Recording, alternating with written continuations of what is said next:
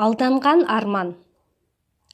Арайлым ақ көңіл, таза жүректі, арманға толы жас қыз еді.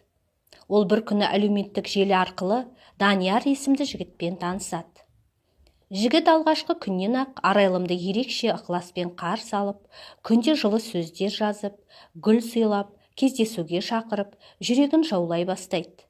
Жігіттің сөзінен, әрекетінен нағыз мырзалық байқалатын. Ол өзін қалада тұрамын, ата-анам шенеуніктер, жақсы жұмысым бар деп таныстырған. Арайлым оған сенді. Өйткені ол әр кездесуде жылы сөйлеп, болашаққа жоспар құрып, үйленеміз деп уәде берген. Уақыт өте келе, Данияр Арайлымға мен сені шын сүйемін, екеумізді тағдыр қосты деп үйленуге ұсыныс жасайды. Қыз келіседі. Бірақ қыз жақ той жасап, салтпен ұзатуға қарсы болған жігіт. Біздің жақта салтымыз басқа, алып қашу арқылы үйленеміз деп сендіреді. Арайлым махаббатқа сеніп, ризашылығын береді.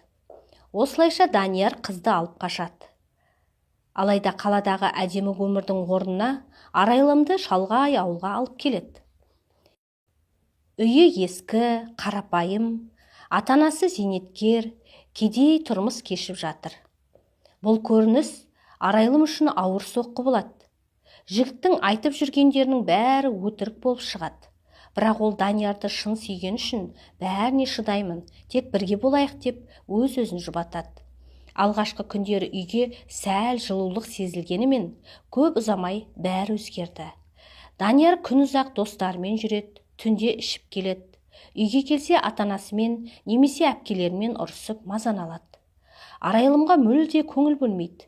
Бір кездері мейірімді көрінген жігіт енді салқын, қатыгез адамға айналып кеткендей.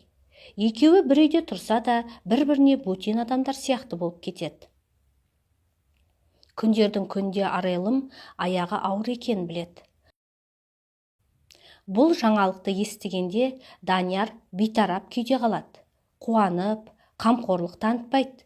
Керісінше сол баяғы жүрісін жалғастыра береді. Бір күні ол тағы да достарына кетіп бара жатқанда Арайлым: "Бүгін үйде болайықшы, мен өзімді жайсыз сезініп тұрмын" деп өтінеді. Сонда Данияр ашуға булығып, оған қол көтереді. Бұл Арайлым үшін ең ауыр сәттердің бірі еді. Бірақ бұл соңғысы болмайды. Уақыт өте келе әр ұрыс сайын соққыға жығылатын болды. Қыз сол күндері өзімен өзі сөйлесіп, "Біз үйленбей тұрған кезде сен мүлде басқаша едің, неге өзгердің?" деп мұңын шағады. Жауап орнына тағы да қол жұмсайды.